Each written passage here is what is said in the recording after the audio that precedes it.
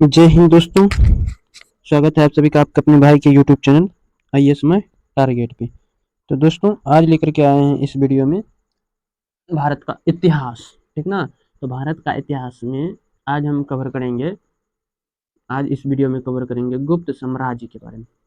किसके बारे में? गुप्त साम्राज्य के बारे में। तो चलिए समय को गंवाए बगैर वीडियो को करते हैं स्टार्ट। तो वीडियो स्टार्ट करने से पहले जो नए हैं उनसे रिक्वेस्ट है कि आप चैनल को जो है एक बार लाइक कर दें और साथ में सब्सक्राइब कर दें और अपने दोस्तों को भी शेयर कर दें। ठीक ना। तो इस चैनल पे जो है इसी तरह की वीडियो आते रहेंगे। ठीक।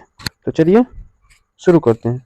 और जो भी पुराने ऑडियंस हैं जो हमारे वीडियो को पहले से विजिट कर रहे हैं उनसे निवेदन है कि वो जो है वीडियो को एक बार क्या करना है, लाइक कर देना है और साथ में शेयर कर दीजिए। ठीक ना। तो चलिए इसको थोड़ा सा हम कर लेते हैं जूम। ठीक ना, जूमिंग कर लेते हैं ताकि आप लोगों को भी अच्छे से दिखाई दे। ठीक ना। तो देखिए गुप्त साम्राज्य। तो गुप्त साम्राज्य जो है ये जो है मौर्य काल, जब मौर्य काल का पतन हुआ, यानी कि जब मौर्य काल का खत्म हो गया, जब मौर्य काल मतलब हार गया, हरा दिया गया मौर्य काल को, तो उसके उपरांत मौर्य काल को हराने के बाद जो है दूसरा शासक आया मौर्य साम्राज्य।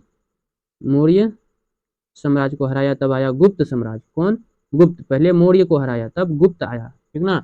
मौर्य को सॉरी गुप्त को गुप्त साम्राज्य ने मौर्य साम्राज्य को हराया तब गुप्त साम्राज्य आया। तो यहाँ देखिए दीर्घ काल तक जो है, बहुत दिनों तक जो है भारतवर्ष एक शासन के अंतर्गत नहीं आ सका, और एक शासन के अंतर्गत यानी कि एक शासन के अंडरग्राउंड में नहीं आ पाया, नहीं आ सका। ठीक ना। जैसे कि मौर्य साम्राज्य था ना, मौर्य काल में बहुत दिनों तक इन्होंने शासन किया मगध पर, यानी कि भारतवर्ष पे ही किया बहुत दिनों तक शासन। तो मौर्य काल का जब पतन हुआ तो उसके बाद आया गुप्त साम्राज्य। तो गुप्त साम्राज्य जो है जब इसका मौर्य काल का पतन हो गया, सीधी सी बात, यानी जब मौर्य काल का खत्म मतलब भारत पर इसका प्रभाव खत्म हुआ, तो कोई ऐसा वंश नहीं था, कोई ऐसा शासक नहीं था जो कि बहुत दिनों तक भारत पर शासन, भारत पे जो है शासन किया। ठीक ना। कोई ऐसा नहीं था। ठीक ना, जो भारत पे शासन किया। तो भारत पर जो है एक शासन के अंतर्गत नहीं आ सका, और इस कमी को जो है गुप्त शासकों ने पूरा किया, और इसी कमी को जो है किसने पूरा किया? गुप्त शासक ने। गुप्त शासक ने इस कमी को पूरा कर दिया और लगभग संपूर्ण भारत को एक राजनीतिक क्षेत्र, किसके? राजनीतिक क्षेत्र के अधीन कर आर्थिक, क्या क्या? आर्थिक और सामाजिक और साहित्यिक क्षेत्र में। कौन कौन से क्षेत्र में? आर्थिक, सामाजिक और साहित्यिक क्षेत्र में जो है उन्नति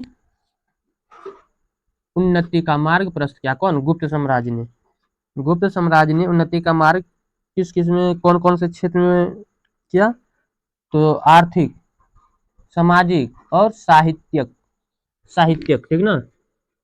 और गुप्त काल को जो है भारतीय इतिहास का स्वर्ण युग भी माना जाता है, स्वर्णिम युग भी कहा जाता है। सवाल कर सकते हैं स्वर्णिम युग के नाम से किसे जाना जाता है? ऑप्शन में दे देगा मौर्य शासन काल को, सॉरी मौर्य काल को, या गुप्त साम्राज्य को, या इनमें से सभी, या इनमें से कोई नहीं। तो आपका ऑप्शन कौन सा हो जाएगा? तो हो जाएगा गुप्त काल, सॉरी गुप्त साम्राज्य। गुप्त साम्राज्य के काल या गुप्त काल भी कह सकते हैं। तो इसे स्वर्णिम युग के नाम से भी जाना जाता है, यानी कि स्वर्ण युग कहा जाता है भारत का इतिहास को। ठीक ना। अब देखिए प्रारंभिक शासन, गुप्त वंश का जो संस्थापक था, गुप्त साम्राज्य का प्रारंभिक शासक, पहला इनका शासक था कौन? श्रीगुप्त। और श्रीगुप्त जो है इनका शासन काल चला 240 ईस्वी से लेकर के 280 ईस्वी तक भारत पर इनका शासन चला। ठीक ना। और श्रीगुप्त जो है प्रथम शासक था किसका? गुप्त वंश का। ठीक ना। तो गुप्त वंश का संस्थापक कौन हो गया? श्रीगुप्त। यानी कि पहला शासक कौन था? श्रीगुप्त। और गुप्त वंश का संस्थापक कौन हो गया? तो गुप्त वंश का संस्थापक श्रीगुप्त हो गया। श्रीगुप्त गुप्त वंश का संस्थापक। और इनका शासन कब से कब तक चला? सॉरी 240 से लेकर के 280 तक, यानी कि कब तक चला? 40 वर्ष तक चला। किसका शासन? श्रीगुप्त का। ठीक ना। श्रीगुप्त का शासन चला 40 वर्ष तक। क्लियर है? अब देखिए 40 वर्ष तक इनका जब शासन चला किसका? श्रीगुप्त का। और गुप्त वंश का संस्थापक कौन? श्रीगुप्त। प्रथम शासक श्रीगुप्त। तो गुप्त वंश श्रीगुप्त जो है प्रभावती गुप्ता के पूना ताम्र पत्राभिलेख प्रभावती गुप्ता के पूना ताम्र पत्राभिलेख में पूना ताम्र पत्राभिलेख में जो है श्रीगुप्त को जो है श्रीगुप्त को किसको? श्रीगुप्त को ही आदिराज कहा गया है। आदिराज श्रीगुप्त को एक अन्य नाम से जाना जाता है जिसे आदिराज कहते हैं। और ये जो है पूना ताम्र पत्र अभिलेख में मिला है, ठीक ना, पत्र अभिलेख में मिला है आदिराज, ठीक। अब गुप्त वंशावली के स्रोत देखिए, गुप्त वंशावली के स्रोत। तो गुप्त वंशावली जो है, गुप्त वंशावली के स्रोत हैं समुद्रगुप्त का प्रयाग प्रशिष्ट अभिलेख, समुद्रगुप्त का जो अभिलेख मिला है प्रयाग प्रशिष्ट अभिलेख, ठीक ना। और कुमार गुप्त का जो विलसड स्तंभ लेख है। उसके बाद स्कंद गुप्त का जो है भीतरी स्तंभ लेख है, भीतरी स्तंभ लेख है। तो ये इनके स्रोत थे, गुप्त वंशावली के कुछ स्रोत थे, ठीक ना। अब देखिए घटोत्कच गुप्त, घटोत्कच गुप्त, इनका शासन चला कब से कब तक? तो इनका शासन चला 280 से लेकर के 319 वर्ष तक इनका शासन चला। घटोत्कच गुप्त का, घटोत्कच गुप्त का शासनकाल चला, यानी कि कितने वर्ष तक चला? 59 वर्ष तक इनका शासन चला। और ये जो है कौन था? श्रीगुप्त का पुत्र एवं उत्तराधिकारी था, ये श्रीगुप्त का पुत्र था, ठीक ना। और श्रीगुप्त का शासनकाल कब से कब तक चला? 240 से 280 होगा, यहाँ पे इसको मिटा देते हैं। तो 280 तक चला, यानी कि 40 साल तक शासन कौन किया? श्रीगुप्त ने। और श्रीगुप्त के बाद जो है, और श्रीगुप्त जो है कौन था? गुप्त वंश का संस्थापक श्रीगुप्त था और प्रथम शासक श्रीगुप्त था। उसके बाद जो आया दूसरा शासक कौन आया? घटोत्कच गुप्त। घटोत्कच गुप्त जो है ये कौन था?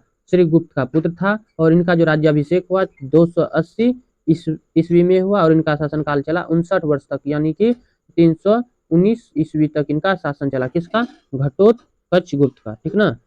तो घटोत्कच गुप्त कौन था? क्लियर हो गए? ये श्रीगुप्त का ही पुत्र था, यानी कि उत्तराधिकारी था उनका। अब देखिए उसके बाद चंद्रगुप्त प्रथम आता है, चंद्रगुप्त प्रथम आता है। तो चंद्रगुप्त प्रथम जो है एक चंद्रगुप्त मौर्य वंश का संस्थापक था, याद रखिएगा, मौर्य वंश, मौर्य वंश का जो संस्थापक था चंद्रगुप्त मौर्य था, चंद्रगुप्त मौर्य था। और यहाँ पे जो है चंद्रगुप्त प्रथम है, प्रथम लगा हुआ है, चंद्रगुप्त प्रथम, नाम दोनों सेम है लेकिन उसमें मौर्य था और इसमें प्रथम था। चंद्रगुप्त प्रथम जो है गुप्त वंश का पहला प्रसिद्ध राजा था, ये गुप्त वंश का पहला प्रसिद्ध राजा हुआ जो कि सबसे ज्यादा चर्चित हुआ। और इनका जो शासन था कब से? 319 से लेकर के 334 ईस्वी तक इनका शासन चला, चंद्रगुप्त प्रथम का, ठीक ना। चंद्रगुप्त प्रथम का शासन चला कब से कब तक? 319 से लेकर के 334 तक, ठीक ना। यानी कि इनका शासन कितने दिनों तक चला? 15 वर्ष तक ये शासन किया, कौन? चंद्रगुप्त प्रथम। और 15 वर्ष में ये सबसे प्रसिद्ध गुप्त वंश का प्रसिद्ध राजा कहलाया। आप देखिए इसने जो है कौन? चंद्रगुप्त ने लिच्छवी की राजकुमारी, लिच्छवी की जो राजकुमारी थी, लिच्छवी की जो राजकुमारी थी जिसका नाम कुमार देवी था, उनसे विवाह कर लिया, कौन? तो चंद्रगुप्त ने, ठीक ना, चंद्रगुप्त प्रथम ने। चंद्रगुप्त मौर्य नहीं समझिएगा, ठीक ना, मौर्य साम्राज्य का संस्थापक था चंद्रगुप्त मौर्य। और ये जो है चंद्रगुप्त प्रथम है और ये गुप्त वंश का शासक था, महान शासक, जो कि 319 में बना और 334 तक इनका शासन चला, यानी कि टोटल जो है इसका 15 साल तक शासनकाल चला। और इन्होंने जो है कौन? चंद्रगुप्त प्रथम, चंद्रगुप्त प्रथम याद रखिएगा, ये ऐसे लिख दीजिए चंद्रगुप्त प्रथम, ठीक ना, 1 दे दीजिए। चंद्रगुप्त 1 जो था प्रथम जो है लिच्छवी की राजकुमारी जिनका की नाम कुमार देवी था, उनसे विवाह किया, जिससे उसकी सत्ता जो है वो बल मिल गया। और इनसे विवाह करने के बाद जो है इनको इनकी सत्ता में जो है बल मिल गया, ठीक ना। और चंद्रगुप्त प्रथम कौन? चंद्रगुप्त प्रथम ने अपने राज्यरोहन के स्मारक के रूप में जो है 319 से 20 ईस्वी में, यानी कि 1 साल के अंदर जो है गुप्त संवत चलाया था। जब ये शासन अपना शासन कायम किया तो इनका ये कब से कब तक शासन किया? तो 319 से चंद्रगुप्त प्रथम ने। और चंद्रगुप्त प्रथम जब 19 से शुरू किया तो 20 ईस्वी तक में जो है, यानी कि 1 साल में इन्होंने राज्यरोहन किया, ठीक ना। और राज्यरोहन के द्वारा जो है सब दिन याद रखने के लिए राज्यारोहण किया था प्रथम बार चंद्रगुप्त प्रथम ने, तो ये इस दिन को सब दिन याद रखने के लिए इन्होंने गुप्त संवत चलाया था। क्या चलाया? गुप्त संवत चलाया था राज्यारोहण को स्मारक मतलब याद रखने के लिए। उसके बाद आया है समुद्रगुप्त। चंद्रगुप्त के बाद समुद्रगुप्त। तो देखिए समुद्रगुप्त का जो शासन चला ये 335 ईस्वी से लेकर के 380 ईस्वी तक शासन इनका चला। किसका? समुद्रगुप्त का। ठीक ना। समुद्रगुप्त जो है ये कौन था? प्रथम। चंद्रगुप्त प्रथम का पुत्र था। चंद्रगुप्त मौर्य का पुत्र नहीं समझिएगा। ठीक ना। चंद्रगुप्त मौर्य का पुत्र तो बिंदुसार है और जस्टिन था। ठीक ना। तो इनका जो पुत्र है ये किसका था? चंद्रगुप्त प्रथम का, गुप्त वंश का जो शासक था। और इनका पुत्र समुद्रगुप्त हुआ और इन्होंने शासन किया 335 ईस्वी से लेकर के 380 ईस्वी तक, यानी कि इन्होंने 45 वर्ष तक शासन किया। टोटल कितने वर्ष तक? 45 वर्ष तक किया। और चंद्रगुप्त प्रथम ने कितने वर्ष तक? 15 वर्ष तक किया शासन। ठीक ना। चंद्रगुप्त प्रथम 15 वर्ष किया और समुद्रगुप्त 45 वर्ष किया। अब देखिए समुद्रगुप्त जो है चंद्रगुप्त प्रथम की क्या था? पुत्र था और उनका उत्तराधिकारी था। और समुद्रगुप्त ने गुप्त साम्राज्य का जो है अपार विस्तार किया और इन्होंने तो पूर्ण रूप से विस्तार कर दिया, बहुत ही विस्तार किया। किसका? गुप्त वंश का। गुप्त वंश का जो है अपार विस्तार किया। ठीक ना। अब देखिए समुद्रगुप्त के विषय में, समुद्रगुप्त समुद्रगुप्त के विषय में जो है जानकारी हरिसेन रचित प्रयाग प्रशासित हरिसेन के द्वारा जो रचित था प्रयाग प्रशासित जो कि इलाहाबाद स्तंभ लेख से प्राप्त होती है। कहां से? इलाहाबाद के जो लेख है प्रयाग प्रशस्ति इलाहाबाद स्तंभ लेख है से प्राप्त होती है समुद्रगुप्त की जानकारी। ठीक ना। और हरिसेन शांति एवं युद्ध का मंत्री, हरिसेन शांति और युद्ध का जो मंत्री था, संधि विग्रहक कौन? संधि विग्रहक था। संधि विग्रहक था। ठीक ना। और अभिलेख में जो है रिद्धपुर कौन? रिद्धपुर अभिलेख में जो है समुद्रगुप्त को तत्पादपारिगृहित कहा गया है। क्या कहा गया है? तत्पादपरिगृहित कहा गया है। ठीक ना। अब देखिए कॉलम में कुछ दिया हुआ है, इनको भी जान लेते हैं।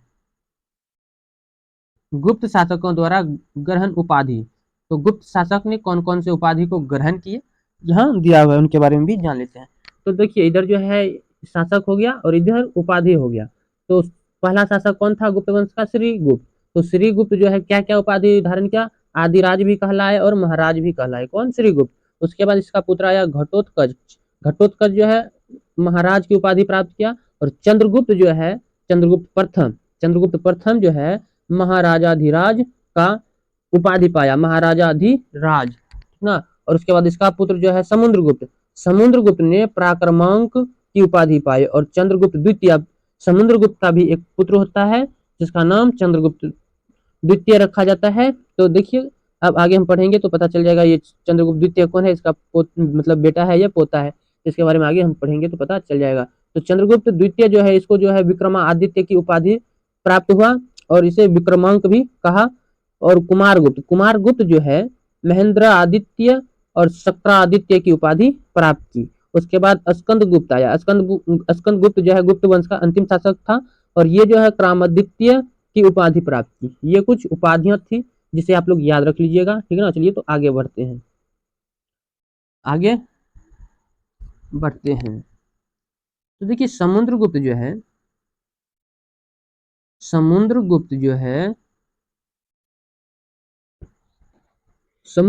है अपनी विजय के लिए प्रसिद्ध था। और ये जो है अपने विजय के लिए प्रसिद्ध था। कोई भी लड़ाई लड़ता था तो ये विजय अवश्य हो जाता था, इसलिए समुद्रगुप्त अपनी विजयों के लिए प्रसिद्ध था। उसे समरसतः कहा गया। समरसतः समुद्रगुप्त को कहा गया, जिसका अर्थ होता है 100 युद्धों का विजेता। समरसतः का मतलब होता है 100 युद्धों का विजेता। इसीलिए डॉक्टर V.A. स्मिथ ने समुद्रगुप्त को जो है भारत के नेपोलियन की उपाधि दी है। और डॉक्टर V.A. स्मिथ ने समुद्रगुप्त को भारत के नेपोलियन की उपाधि दी है। ठीक ना। भारत के नेपोलियन की उपाधि दिया है। क्यों? क्योंकि इसे समरसतः कहते थे, यानी कि 100 युद्धों का विजेता कहा जाता था, इसलिए इसे नेपोलियन की उपाधि दिया। और समुद्रगुप्त ने जो है दक्षिणापथ के 12 राजाओं को परास्त कर धर्म विजयी का कार्य किया। धर्म विजयी का जो है कार्य किया कि इन्होंने समुद्रगुप्त ने जब धर्म विजय का कार्य किया तो इन्होंने 12 राजाओं को परास्त किया जो कि दक्षिणापथ का था। ठीक है, दक्षिण भाग का था। ठीक ना। और आर्यवर्त में उसने 9 राजाओं को परास्त किया। आर्यवर्त में जो है उन्होंने 9 राजाओं को परास्त कर दिग्विजय का कार्य किया। और दिग्विजय का कार्य समुद्रगुप्त ने किया, तो 9 राजाओं को जब परास्त किया तब, ठीक ना। और समुद्रगुप्त ने वन का जो प्रदेश था, वन प्रदेश के सभी राजाओं अटाविक को परिचारक यानी कि सेवक बनाया, परिचारक बना दिया, सेवक अटाविक को। अटाविक राजा को जो है वन प्रदेश का जो राजा था अटाविक, उनको जो है परिचारक यानी कि सेवक बनाया। और स्कंद गुप्त के भीतरी अभिलेख से पता चलता है कि समुद्र गुप्त ने विजय से निवृत्त होने पर अश्वमेध यज्ञ किया। और भीतरी का जो अभिलेख है उससे पता चलता है कि समुद्रगुप्त ने विजय से जो है निर्वित होने पर अश्वमेध यज्ञ किया था, पूर्ण रूप से निर्वित हो गया था विजयी से, ठीक ना। इसलिए इन्होंने अश्वमेध यज्ञ कराया। अब देखिए आगे देखिए जो है एरन अभिलेख। एरन में जो अभिलेख प्राप्त हुआ है, तो एरन में जो अभिलेख प्राप्त हुआ है उसमें है कि चंद्रगुप्त की पत्नी का नाम दत्त देवी वर्णित है। समुद्रगुप्त की जो पत्नी का नाम है क्या था, दत्त देवी। ये किस अभिलेख में है, एरन की अभिलेख में है। एरन के अभिलेख में समुद्रगुप्त की पत्नी का नाम दत्त देवी वर्णित है। और समुद्रगुप्त को जो है कविराज, क्या कविराज भी कहा जाता है। कविराज का मतलब होता है कई कविताओं का रचयिता, ठीक ना। कविराज कहा जाता है कई कविताओं का रचयिता भी, यानी कि समुद्रगुप्त जो है कविता भी लिखते थे, ठीक। इससे पता चलता है समुद्रगुप्त कविता भी लिखते थे, इसीलिए इसे कविराज भी कहा गया है, ठीक ना। और समुद्रगुप्त को जो है कई सिक्कों पर वीणा वादन करते हुए दर्शाया गया है, यानी कि ये संगीत का भी शौकीन था, इसीलिए कई सिक्कों पे जो है समुद्रगुप्त को वीणा वादन के साथ दर्शाया गया है।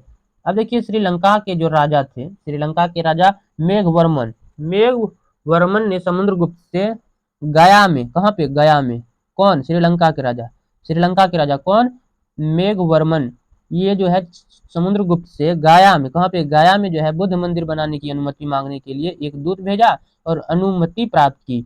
उन्होंने एक दूत भेजा कि हम जो है गया में एक बुद्ध का मंदिर बनाना चाहते हैं, आपकी आज्ञा हो तो क्या बना सकते हैं। ये समुद्रगुप्त, हमको चंद्रगुप्त ज्यादा याद रहता है, ठीक ना। तो समुद्रगुप्त से पूछा, ठीक ना, समुद्रगुप्त से पूछा श्रीलंका के राजा कौन, मेघवर्मन ने समुद्रगुप्त से पूछा कि क्या मैं गया में बुद्ध का मंदिर बना सकता हूँ, मुझे अनुमति दीजिए। तो एक दूत भेजा था और अनुमति प्राप्त करके भी वापस आए, ठीक ना। और उसी के काल में जो है 6 प्रकार की स्वर्ण मुद्राएं मिली, गरुड़, अश्वमेघ, धनुर्धर, व्याघ्रहंता, परशु एवं विनाशारण। ये 6 मुद्राएं जो है, 6 प्रकार की मुद्राएं श्रीलंका के राजा मेघवर्मन के काल में ही मिला था, जब गया में जो है बुद्ध मंदिर बनाने की अनुमति मांगने आए थे, उसी के काल में, ठीक ना। और समुद्रगुप्त ने अश्वमेध पराक्रमांक की उपाधि धारण की थी। अश्वमेध पराक्रमांक की उपाधि किसने धारण की थी, तो समुद्रगुप्त ने की थी। अब इसके बाद जो है आता है रामगुप्त। अब वो अयोध्या का राम भगवान मत समझिएगा, ये रामगुप्त वंश का राम नाम का है, यानी कि गुप्त वंश का जो शासक है उनका नाम क्या था, राम, ठीक ना, राम था उनका नाम।